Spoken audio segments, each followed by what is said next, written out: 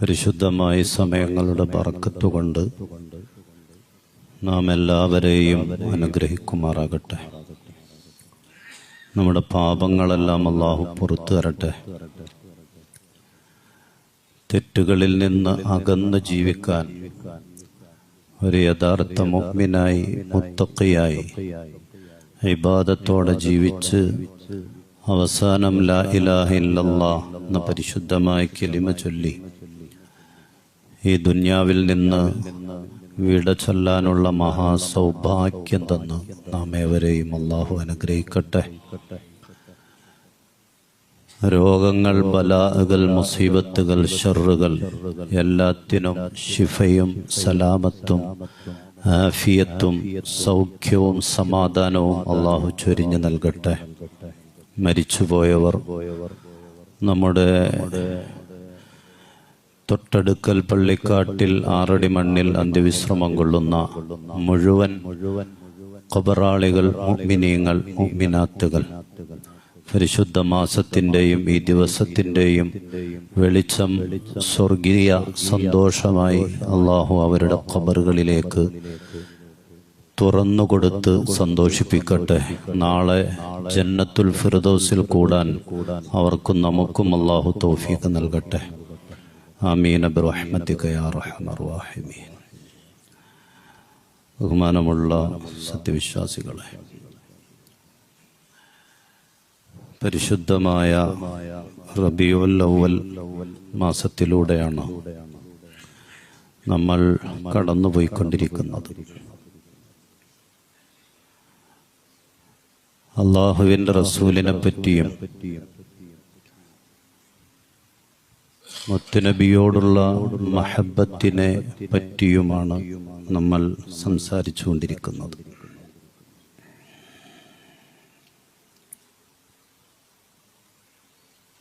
ലോകത്തുള്ള മുഴുവൻ വിശ്വാസികൾ ഖിയാമത്ത് നാൾ വരെ റസൂലിന്റെ മേൽ സ്വലാത്ത് ചൊല്ലുന്നത്, മദ്ഹ്, അത് പറയുന്നത്, അത് കേൾക്കുന്നത്, അത് പ്രചരിപ്പിക്കുന്നത്, മൗലിദ് പോലുള്ള നബി കീർത്തന സദസ്സുകൾ അത് സംഘടിപ്പിക്കുന്നത്, അതിൽ പങ്കുചേരുന്നത് ഒക്കെ അല്ലാഹു സുബ്ഹാനഹു വ തആല റസൂലുള്ളാഹി സ്വല്ലല്ലാഹു അലൈഹി വസല്ലമ തങ്ങൾക്ക് നൽകിയ ഏറ്റവും വലിയ ഒരു ആദരവിന്റെ ഭാഗമാണ് എന്ന് നമ്മൾ മനസ്സിലാക്കി. വറഫഅനാ ലക ദിക്റക്, അങ്ങയുടെ സ്മരണ നാം ഉയർത്തിയില്ല നബിയെ. പരിശുദ്ധമായ ഖുർആൻ. നമ്മൾ ഇവിടെ ഈ പറയുന്നതും 1500 വർഷങ്ങൾക്ക് ശേഷവും ആ നബിയെപ്പറ്റി നമ്മൾ പറയുന്നതും പാടുന്നതും ഒക്കെ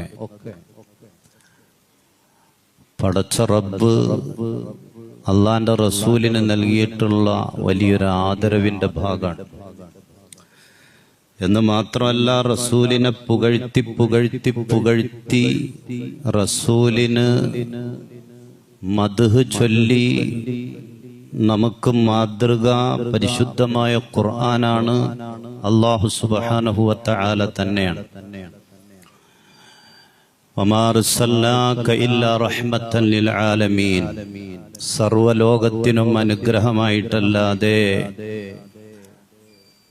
അങ്ങയെ നാം നിയോഗിച്ചിട്ടില്ല എന്ന് തുടങ്ങി. വഇന്നക ലഅലാ ഖുലുഖിൻ അദീം, തീർച്ചയായും അങ്ങ് മഹോന്നതമായ സ്വഭാവത്തിന്റെ ഉടമയാണ് എന്ന് തുടങ്ങി ധാരാളം ആയത്തുകൾ പരിശുദ്ധമായ ഖുർആനിൽ റസൂലിനെ പുകഴ്ത്താനും മദ്ഹ് പറയാനും വേണ്ടി അല്ലാഹു സുബ്ഹാനഹു വ തആല മാറ്റിവച്ചിരിക്കുകയാണ്.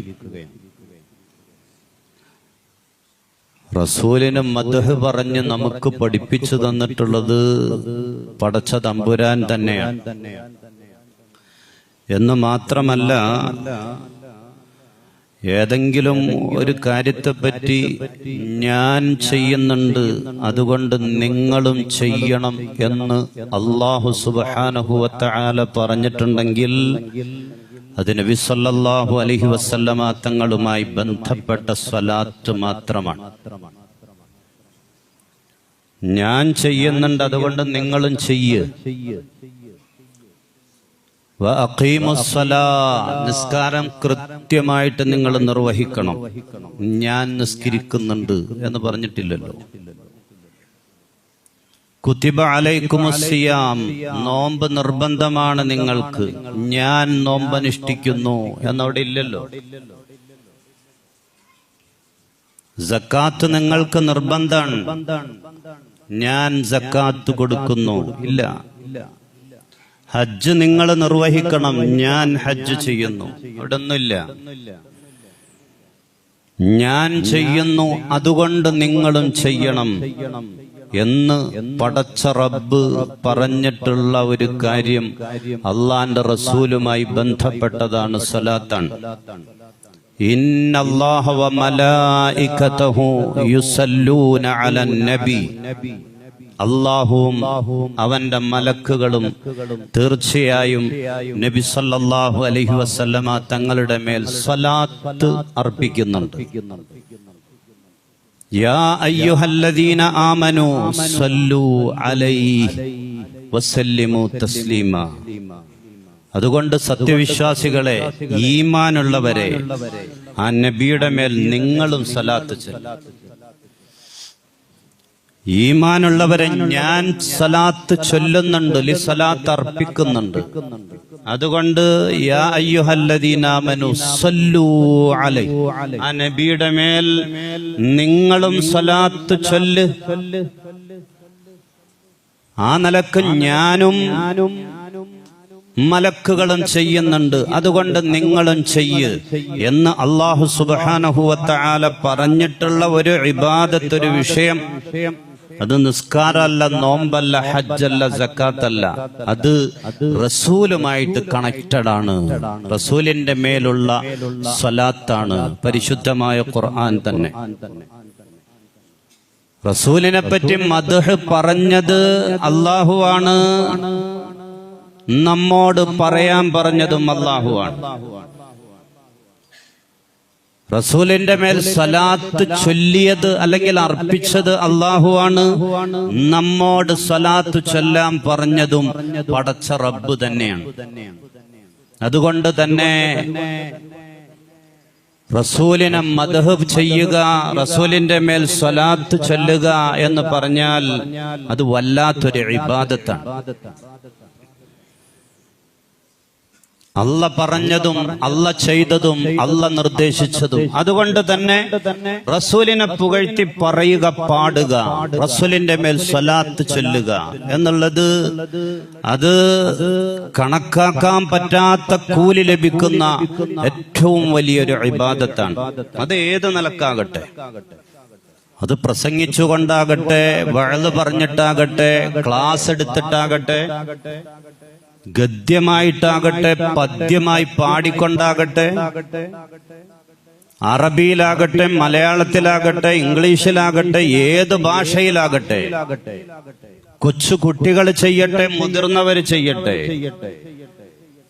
മൗലിദ് പോലുള്ള, ബുർദ പോലുള്ള മസ്ജിദുകളിലും വീടുകളിലും ഒക്കെ നടക്കുന്ന അത്തരം മദ്ഹുൻ നബിയുടെ അല്ലെങ്കിൽ നബി കീർത്തനത്തിന്റെ സദസ്സുകളാകട്ടെ, അതല്ലാത്തതാകട്ടെ, എല്ലാം അള്ളാന്റെ റസൂലിന്റെ പേരിലുള്ള മദ്ഹാണ്, സ്വലാത്താണ്. അത് അല്ല പറഞ്ഞതാണ്, അല്ല പ്രോത്സാഹിപ്പിച്ചതാണ്. അതുകൊണ്ട് തന്നെ വല്ലാത്ത ഇബാദത്താണ്, വലിയ കൂലി ലഭിക്കുന്ന ഇബാദത്താണ്.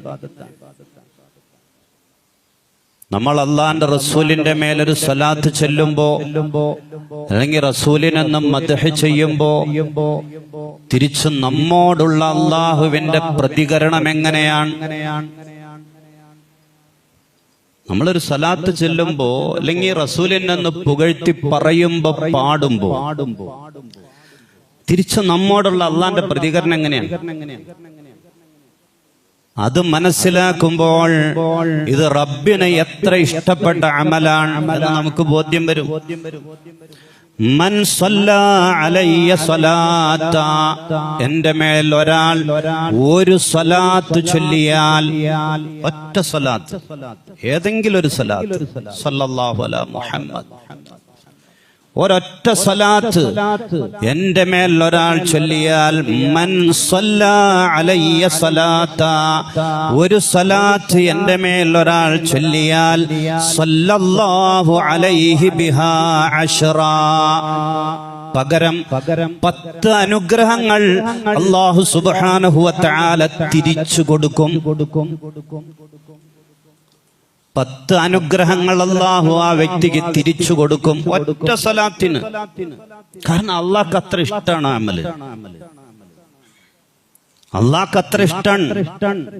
നമ്മളൊരു മൗലിദിന്റെ സദസ്സിൽ നമ്മൾ പങ്കെടുക്കുമ്പോ ഗദ്യമായും പദ്യമായും പല രൂപത്തിൽ 100 കണക്കിന് സ്വലാത്തുകളാണ് നമ്മൾ ചൊല്ലുന്നത്. ചിലപ്പോ പാട്ടായിട്ട് ആയിരിക്കും, അതല്ലെങ്കിൽ അല്ലാതെ ഗദ്യരൂപത്തിലായിരിക്കും. 100 കണക്കിന് സ്വലാത്തുകളാണ്. ഒരു സ്വലാത്ത്, ഒരു ചെറിയ സ്വലാത്ത് ചൊല്ലിയാൽ പകരം അല്ലാഹു നൽകുന്നത് 10 അനുഗ്രഹങ്ങൾ. അതേറ്റവും ചുരുങ്ങിയതാണ്. ഈ 10 അനുഗ്രഹം എന്നുള്ളത് നമ്മൾ ഒറ്റ സ്വലാത്ത് റസൂലിന്റെ മേൽ ചെല്ലുമ്പോ തിരിച്ച് അള്ളാഹ് നമുക്ക് തരുന്നത് ഏറ്റവും ചുരുങ്ങിയത് 10 റഹ്മത്താണ്, 10 അനുഗ്രഹമാണ്. കാരണം അള്ളാഹ്ക്ക് അത്ര ഇഷ്ടപ്പെട്ട അമലാണത്. കുറെ സഹാബത്ത് കൂടിയിരുന്ന് മദീന പള്ളിയിൽ എന്തോ സംസാരിച്ചു കൊണ്ടിരിക്കുമ്പോ അള്ളാന്റെ റസൂല് കടന്നു ചെന്നു. ആ സഹാബത്തിന്റെ അടുക്കലേക്ക് ചോദിച്ചു, റസൂൽ മാ അജ്ലസകും, എന്താണ് നിങ്ങൾ സംസാരിച്ചുകൊണ്ടിരിക്കുന്നത്, എന്താണ് വിഷയം, എന്താണ് നിങ്ങളിവിടെ സംസാരിച്ചു കൊണ്ടിരിക്കുന്നത് എന്താണ്? സഹാബത്ത് പറഞ്ഞു, നദ്കുറുല്ലാഹ വനഹ്മദു, ഞങ്ങൾ അല്ലാഹുവിനെ പറ്റി സംസാരിക്കുന്നു, അല്ലാഹുവിനെ സ്തുതിച്ചു കൊണ്ടിരിക്കുന്നു. മാത്രമല്ല അല്ലാഹു ഞങ്ങൾക്ക് ചൊരിഞ്ഞു തന്ന ഏറ്റവും വലിയ അനുഗ്രഹമാകുന്ന മുത്തുനബിയെ അങ്ങയെ പറ്റിയുമാണ് ഞങ്ങൾ സംസാരിച്ചു കൊണ്ടിരിക്കുന്നത്. അല്ലാഹു ഞങ്ങൾക്ക് ചെയ്തു തന്ന ഏറ്റവും വലിയ അനുഗ്രഹം നബിയെ അങ്ങാണ് നബിയെ, അതുകൊണ്ട് അങ്ങയെ പറ്റിയുമാണ് ഞങ്ങൾ സംസാരിച്ചു കൊണ്ടിരിക്കുന്നത് എന്ന് പറഞ്ഞപ്പോൾ റസൂലുള്ളാഹി സ്വല്ലല്ലാഹു അലൈഹി വസല്ലം തങ്ങൾ എന്താ പറഞ്ഞെന്നറിയോ? അതാനി ജിബ്രീൽ, ജിബ്രീൽ അലൈഹിസ്സലാത്തു വസ്സലാം എന്റെ അടുക്കലേക്ക് കടന്നു വന്നു. എന്നിട്ട് ഫഅഖ്ബറനി, ജിബ്രീൽ എന്നോട് പറഞ്ഞു, ജിബ്രീൽ അലൈഹിസ്സലാത്തു വസ്സലാം എന്നോട് പറഞ്ഞു, എനിക്കറിയിച്ചു, അന്നല്ലാഹ അസ്സ വജല്ല യുബാഹി ബികുമുൽ മലായിക. സഹാബത്തെ, നിങ്ങളെപ്പറ്റി, അല്ലാഹുവിനെ പറ്റിയും അല്ലാഹുവിന്റെ റസൂലിനെ പറ്റിയും മദ്ഹ് പറഞ്ഞുകൊണ്ടിരിക്കുന്ന നിങ്ങളെപ്പറ്റി പടച്ച റബ്ബ് അവന്റെ മലക്കുകളോട് അഭിമാനത്തോടെ സംസാരിക്കുന്നു. സഹാബ, നിങ്ങളെപ്പറ്റി മലക്കുകളോട് അഭിമാനത്തോടെ പടച്ച റബ്ബ് അവന്റെ മലായികത്തിനോട് സംസാരിക്കുന്നു. സഹാബ, അല്ലാഹുവിന്റെ റസൂൽ സല്ലല്ലാഹു അലൈഹി വസല്ലം തങ്ങൾ പറഞ്ഞതാണ് ആ സഹാബത്തിനോട്, ആ കൂട്ടത്തിനോട്. കാരണം അത്ര ഇഷ്ടമാണ് അല്ലാഹ്. ഒരു സ്വലാത്ത് ചൊല്ലിയാൽ തിരിച്ചു 10 റഹ്മത്ത്. റസൂലിനെ ഒന്ന് പുകഴ്ത്തി പറയുമ്പോ ആകാശ ലോകത്തുള്ള മലക്കുകളോട് ആ ആളുകളെ കണ്ടോ, ആ കൂട്ടത്തെ കണ്ടോ എന്ന് പറഞ്ഞ അഭിമാനത്തോടെ അവരെ പുകഴ്ത്തിക്കൊണ്ട് മലക്കുകളോട് അല്ലാഹു സുബ്ഹാനഹു വ തആല സംസാരിക്കാൻ. കാരണം പടച്ച റബ്ബിന് അത്ര ഇഷ്ടാണ് റസൂലിന്റെ മേലുള്ള സ്വലാത്ത്, റസൂലിനെ പുകഴ്ത്തി പറയുന്നത്. അള്ളാഹ്ക്ക് മാത്രല്ല, അള്ളാന്റെ റസൂലിന് ഇഷ്ടം. അള്ളാന്റെ റസൂലിനും ഏറ്റവും ഇഷ്ടപ്പെട്ട ഒരു അമല്,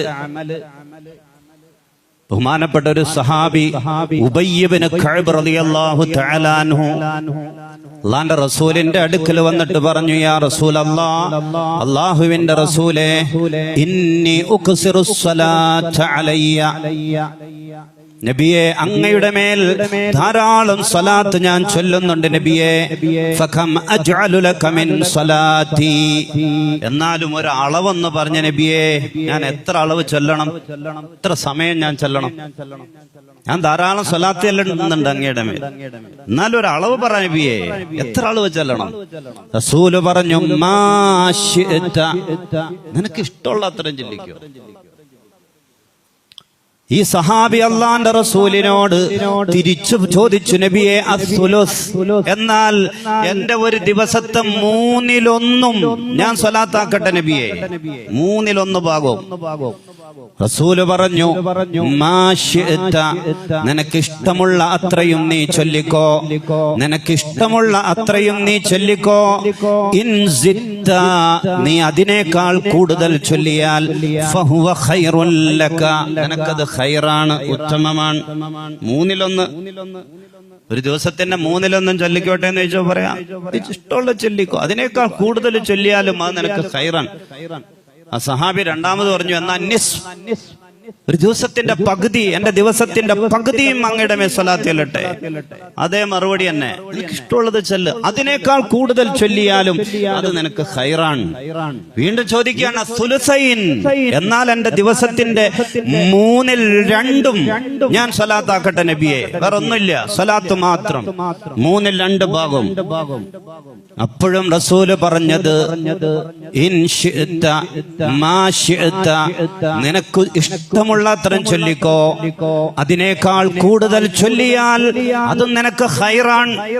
അവസാനം ആ സ്വഹാബി ഉബയ്യ് ഇബ്നു കഅബ് റളിയല്ലാഹു തആല അൻഹു അല്ലാഹുവിന്റെ റസൂലിനോട് പറഞ്ഞു, യാ ഹബീബരേ, അജ്അലു ലക സ്വലാത്തി കുല്ലഹാ, എങ്കിൽ എന്റെ ദിവസം മുഴുവനും ഞാൻ സ്വലാത്താക്കട്ടെ നബിയെ, എന്റെ ദിവസത്തിന്റെ സമയങ്ങൾ മുഴുവനും അങ്ങേക്ക് വേണ്ടിയുള്ള സ്വലാത്തിലായി ഞാൻ കഴിയട്ടെ നബിയെ എന്ന് ഉബയ്യ് ഇബ്നു കഅബ് റളിയല്ലാഹു തആല അൻഹു ചോദിക്കുമ്പോ റസൂൽ എന്ത് മറുപടി ആയിരിക്കും കൊടുത്തത്? മറ്റൊരിക്കൽ ഒരു സഹാബി വന്നിട്ട് അള്ളാന്റെ റസൂലിനോട് പറഞ്ഞിട്ടുണ്ട്, എല്ലാ പകലും ഞാൻ നോമ്പ് പിടിക്കും നബിയേ. മറ്റൊരു സഹാബി തീരുമാനം എടുത്തിട്ടുണ്ട്, രാത്രി മുഴുവനും ഉറങ്ങാതെ ഞാൻ നിസ്കരിക്കും നബിയേ. ഇബാദത്ത് മാത്രം, രാത്രി മുഴുവൻ ഉറങ്ങാതെ നിസ്കാരം, പകല് എല്ലാ പകലും ഞാൻ നോമ്പുകാരൻ. അങ്ങനെ ചില സഹാബത്ത് തീരുമാനമെടുത്തപ്പോ റസൂലുള്ളാഹി സ്വല്ലല്ലാഹു അലൈഹി വസല്ലമ തങ്ങൾ പറഞ്ഞത്, പാടില്ല, വേണ്ട, അത് സുന്നത്തല്ല, അത് എന്റെ ശൈലിയല്ല, എന്റെ രീതിയല്ല, എന്റെ സുന്നത്തിനെ കൈവിട്ടവൻ അവൻ എന്റെ ആളല്ല എന്ന് ഗൗരവത്തോടെ അല്ലാഹുവിന്റെ റസൂൽ സ്വല്ലല്ലാഹു അലൈഹി വസല്ലമ തങ്ങൾ അവർക്ക് നിർദ്ദേശം കൊടുത്തിട്ട് അതിൽ നിന്ന് പിന്തിരിപ്പിക്കുക ചെയ്തത്. അത് എന്റെ രീതി, എന്റെ ശൈലിയൊന്നുമല്ല.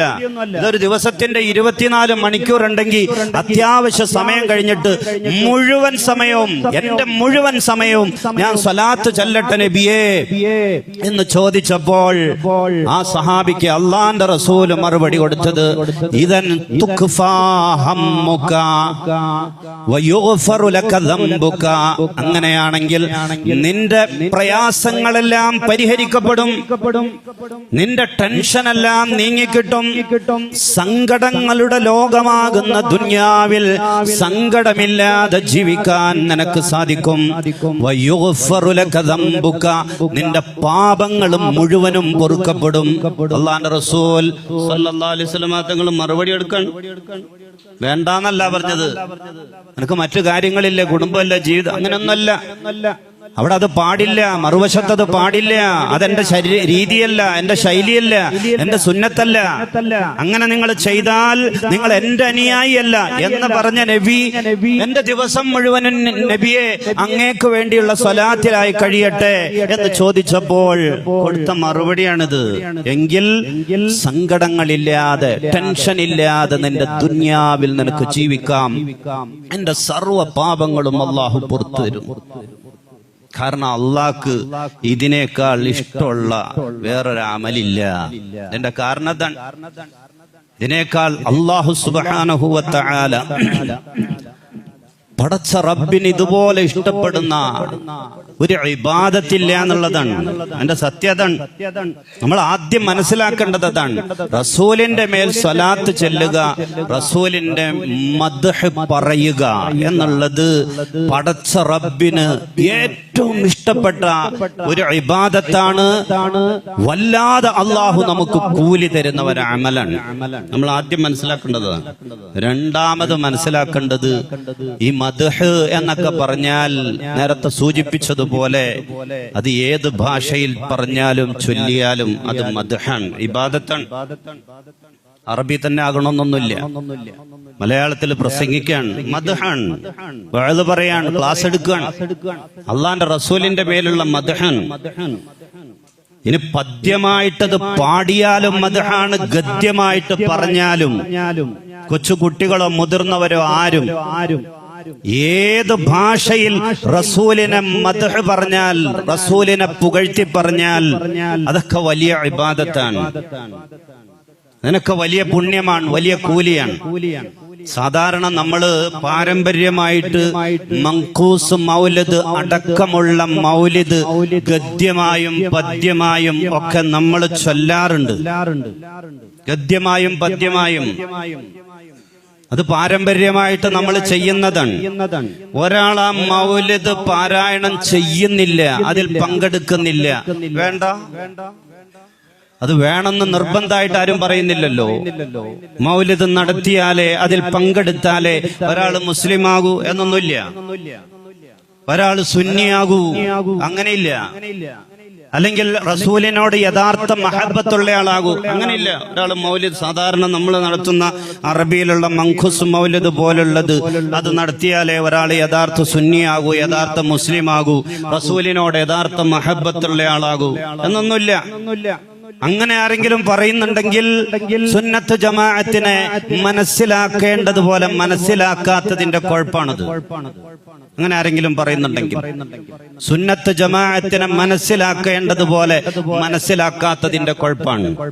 പക്ഷേ പാരമ്പര്യമായി നമ്മൾ നിർവഹിച്ചു വരുന്ന മൗലിദിന്റെ മങ്കൂസ് മൗലിദ് പോലുള്ള അറബിയിൽ ഗദ്യമായും പദ്യമായും ഒക്കെ നമ്മൾ ചൊല്ലുന്ന, പാടുന്ന, അവതരിപ്പിക്കുന്ന